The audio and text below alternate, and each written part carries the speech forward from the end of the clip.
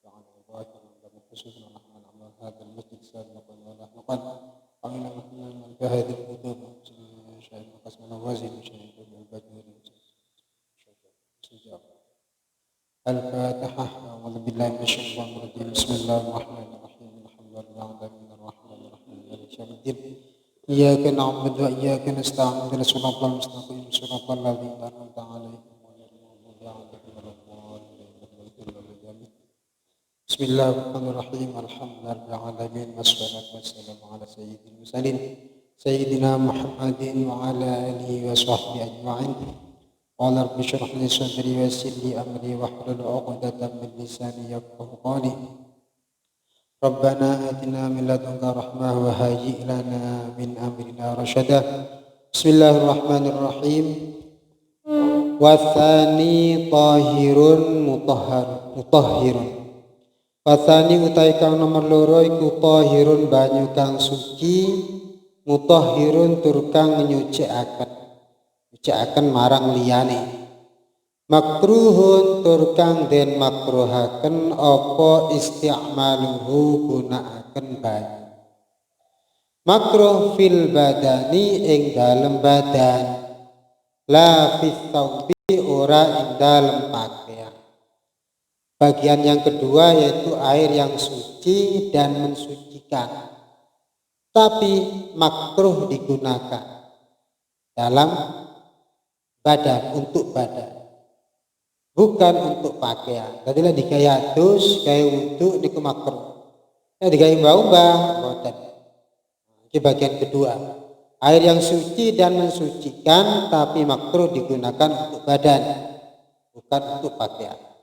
Wa huwa utawi tahir mutahhir makruhun iku al-ma'u banyu al-musyammasu kang den panasaken srengenge. Ail musakhkhanu tegese kang den panasaken bitaktir syamsi kelawan pengaruh srengenge. Fihi ing dalem, yaitu air yang dipanaskan ke matahari atau yang terkena terik matahari iku jenenge banyu sing suci nyucikaken tapi makruh digunakan. Itu banyu sing kena panase srengenge. Terus wonten batas-batase. Innama yukrahu ang pasti den makruhaken apa ma'ul musyammas syar'an ing dalem cara syar'i bi kutrin harin ing dalem daerah harin kang panas, di inain ing dalem wadah muntobain kang nerima den palu, illa inaan naqdaini angin wadah saking emas perak, di sofa ijau harima karena bersih bendai emas perak. Jadi air yang kena terik matahari itu bisa dihukumi makruh. Satu, bikutrin harin, di daerah panas. Jadi di Indonesia bukan termasuk daerah panas. Daerah panas masuk Timur Tengah, Syam, Yaman, itu daerah panas. Jadi ini tidak ada kemakruhan karena daerah Indonesia bukan termasuk daerah panas. Ini panas tapi tidak sampai sampai panas berapa derajat. Contoh ini Mesir, Syam, jadi Indonesia tidak termasuk. Yang kedua, fi ina'in mutobain, wadahe wonten wadah sing kena dipalu. Artinya cara pembuatannya dengan dipalu. Contohnya koyok wadah tong, wadah seng, aneh. Jadi di daerah panas, terus wadah tong, wadah sing kena dipalu atau wadah besi. Kecuali wadah emas perak. Kalau memang ada, ya tetap haram, tapi digawe untuk sah saking makruh gitu. Karena emas perak niku li sofa ijau harihima. Jadi benda ini bersih. Tibatan nayeng. Wa idza barudah dan karena ada apa simaul musyammas zalat maka ilang apa al karahatu kemakruhan. Tapi kalau sudah menjadi dingin, air yang kena terik matahari tadi itu hilang kemakruhannya. Wahtarolan milih sapa Nawawi menawi adamal karahati ing ora anani kemakruhan mutlakon kelawan mutlak. Dan dari Imam Nawawi memilih pendapat yang tidak menyatakan makruh secara mutlak. Jadi ada perbedaan pendapat ulama. Dari Imam Nawawi tidak ada kemakruhan sama sekali. Wa yukrahu lan den makruhaken aidon kelan mane apa syadidus sukhunati banyu kang banget panase wal burudati lan nemen atau banget ademe. Air sing sangat panas makruh, sangat dingin makruh. Baik dalam tinjauan hukum agama atau tinjauan medis. Kalau sing panas itu makruh karena dapat berbahaya terhadap kulit manusia. Pun kembali lagi bagian yang kedua yaitu air yang suci dan mensucikan tapi makruh digunakan. Tadi sah, digawe wudu sah, kayak atas sah, tapi hukumnya makruh. Makruh itu apa sih? Kok jadi yang ngeriki buatan sae. Ada efeknya, ada dampak makruh. Tapi kemakruhan ini ada 3 koyit. 1, memang dipanaskan atau kena terik matahari. Yang pertama. Yang kedua koyitnya di daerah panas. Yang ketiga menggunakan wadah yang terbikin dari besi atau yang kena palu. Nah, tanpa koyit 3 ini buatan kemakruhan. Contohnya di Indonesia, misalnya kena terik matahari, tapi Indonesia bukan daerah panas, maka tidak ada kemakruhan. Atau di daerah panas di Saudi, misalnya di Saudi daerah panas kena terik matahari, tapi diwadahi timba plastik, ya buatan makruh. Ngaten. Nah, jadi niku koyite. Di Indonesia berarti tidak ada kemakruhan. Tidak ada kemakruhan.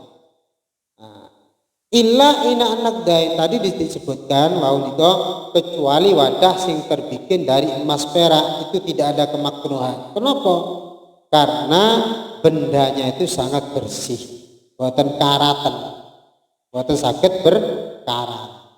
Nah, tetapi haram, buatan makruh, haram min haitu zatihi. Jadi haram karena wadah ini memang.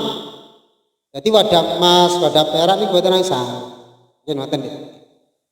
Jadi lek si wonten wadah lintune buatan darurat. Ana wadah plastik, kok wadah emas haram. Utawa wadah perak haram. Napa cingkir, napa apa niku gelas, napa sendok tuku perak haram. Mboten nang sah. Sendok, gelas, cingkir karena termasuk wadah nih.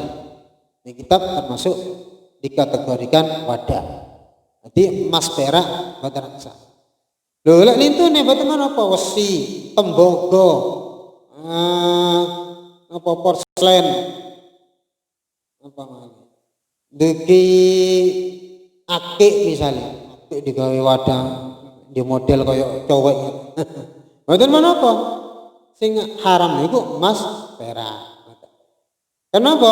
Karena itu bukan tempatnya di dunia atau nas Kanjeng Nabi emas perak itu haram digunakan untuk wadah.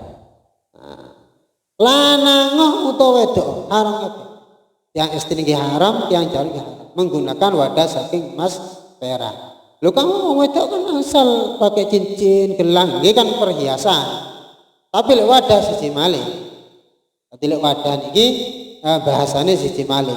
Wadah duki emas perak niku haram. Baik untuk laki-laki maupun perempuan. Lek sing saliyane emas perak walaupun harganya lebih tinggi, lebih berharga, contohnya kaya batu akik, batu apa iku jenenge iku permata, jabar jut, ngoten niku. Mboten napa?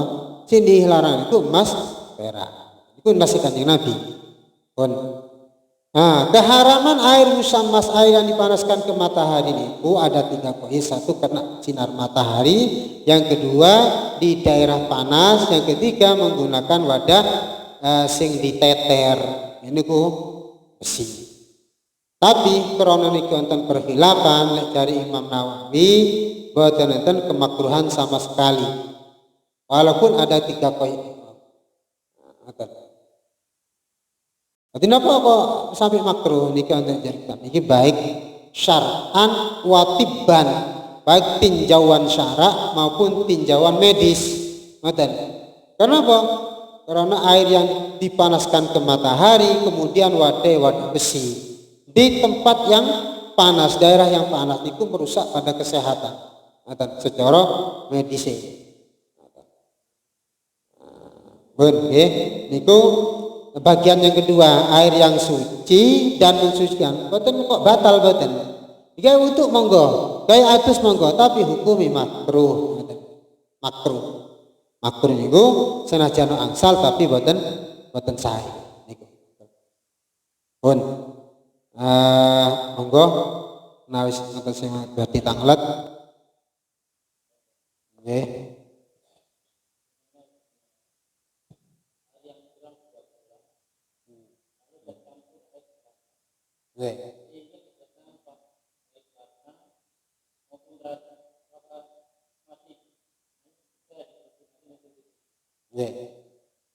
Air mutlak, air putih tercampur air kelapa, ya napa hukumnya?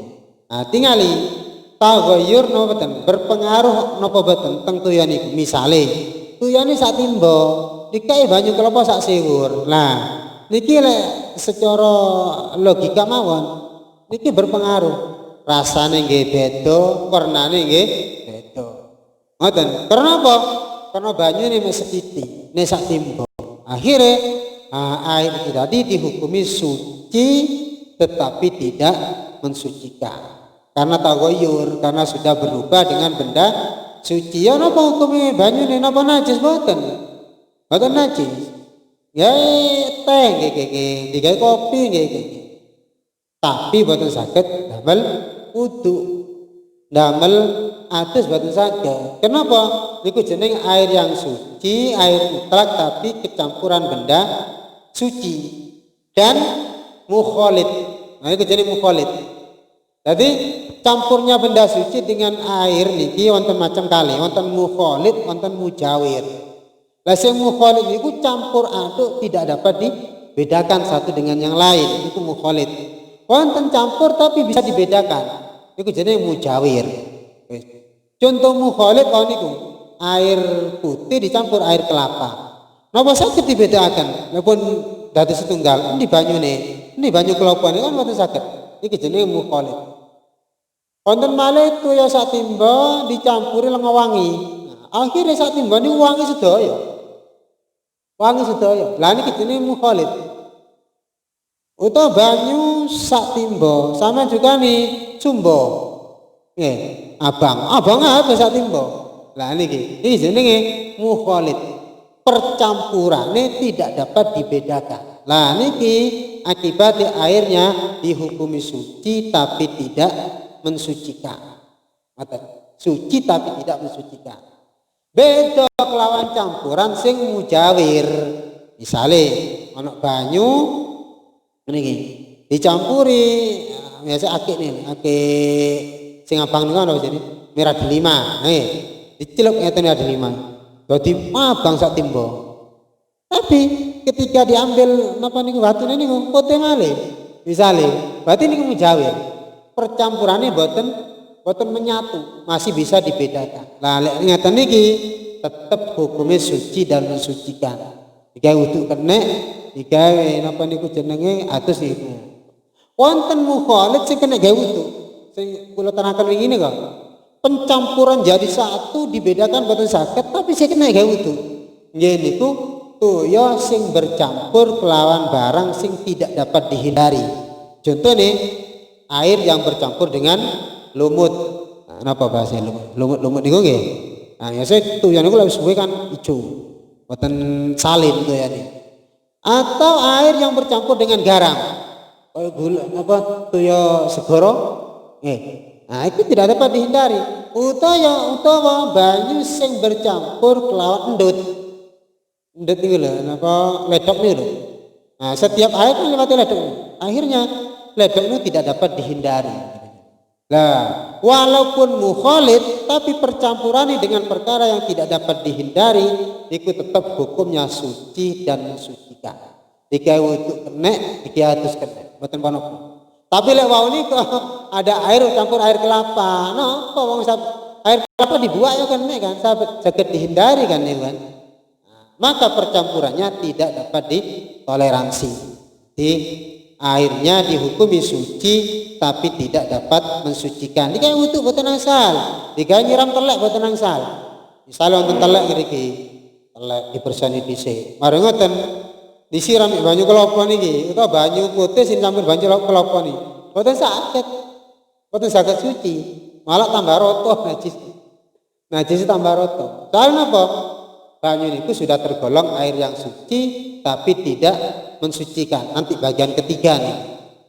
Bagian ketiga air suci tapi tidak mensucikan. Termasuk air mustakmal. Niku. Air mustakmal niku air yang suci tapi tidak mensucikan walaupun tidak berubah.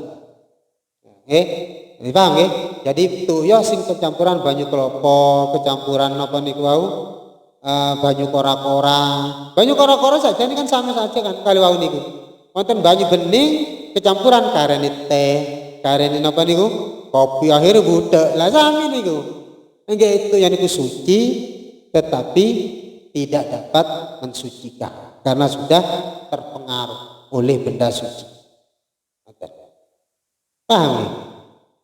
Nggih. Wonten malih. Monggo. Nggih. Nggih.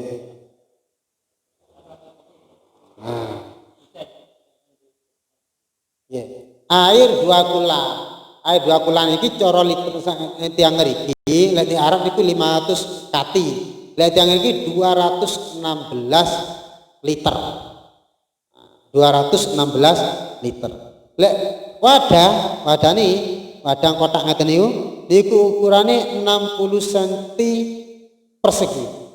Niku isi 2 kula. 2 kula niku cara hukum syarak niku dihukumi air banyak. 2 kula atau lebih. Nanti lek ngriki jedingan ngriki niku sudah memenuhi syarat sedaya niki. Walaupun jedingan sing alit niku pun lebih dari 2 kula. Sing di wetan niku lebih penuh. Soalnya 2 kula niku 216 liter atau kalau memang wadah niku wadah sing berisi 2 kula niku ada sing ukurane 60 cm persegi. Lek wonten air 2 kula kok kecampuran sabun derajat yuswani kok sehingga berpengaruh. Lho pengaruh niki sampai ya napa? Sudah berubah napa boten? Lek sampai berubah asale bening kok malah keruh gara-gara sabun niki maka hukumnya suci tapi tidak mensucikan. Boten iki ndamel wudu. Contone niki lho, contoh akan niku nek napa bake jeding niku nggih. Kok iso abot ngoten. Di napa jenenge kok iso sabun sing cair niku ya, rinso lah. Misalnya ini sesuai. Akhir wangi. Sak jeding niku wangi sedaya. Ya napa niku? Boten kenging ndamel wudu. Boten kok najis boten. Suci lah sucine. Tapi boten kenging damel sesuci. Boten kenging damel wudu karena sudah taghayyur, sudah terpengaruh. Lah niki kedah ngaji saja nih ngoten. Kadang niku sak karepan di jedinge mara dicampuri pengharum nggih. Cek wangi. Lek wangi niki wangi mawon, tapi lek berpengaruh sampai wangi sak jeding niki walaupun air 2 kula atau lebih maka hukumnya suci tapi tidak dapat mensucikan. Ya sing kota-kota boten ningali teng hukume moro diwangeni wis apa dicampuri napa apa pewangi. Lah kate pewangi sakjane anu mau ditembok mawon pewangi ruangan niku ya. Nah, doyane pancen. Kali niku hukume teng wudu. Regane aja Imam Hanafi wudu niku sing sae teng pancuran. Soalnya apa? Teng pancuran ndak mungkin ana sing napa nyampuri benar. Jadi keran ini lho. Nah, di keran kan aman ya. Bebas nih. Aman. Lah sing teng jedingan kuwatir boten saged ngrekso. Tapi lek ngriki alhamdulillah. Biasae tiyang ndek sabun niku lho, wonten dibake anu niku. Akhir sabun cair. mempengaruhi teng toya sing wonten ngriku. Lek sampai berubah toya niki, maksudnya berubah niku asale bening mara keruh, asale tawar mara asin, tawar mara wangi misalnya. Niku berubah. Lek pun berubah ngoten niku, hukum suci boten nyucikaken. Sami kali tiang wudu, dek raine wonten sabune, misale dereng disuci, dereng dibersani. Ora sukan banyu nawaitul wudu mboten sah. Buat dhisik sabune, dikelucur dhisik bersani sabune, pun telas baru nawaitul wudu. Lha isih wonten sabune nawaitul wudu mboten sah. Napa mboten sah? Berarti toya sing wonten nek rai niki nek wajah niki bercampur dengan wangi sabun niki. Maka hukumnya suci tapi tidak mensucikan. Kalau suci tidak mensucikan, maka hukumnya wudunya tidak sah. Lu bersani dhisik dikelucur yen pun bersih sabune baru ambil toya malih nawaitul wudu. Ngoten. Jadi walaupun doa kula tapi berpengaruh, berubah, gak tetep niki mboten saged nyucikaken.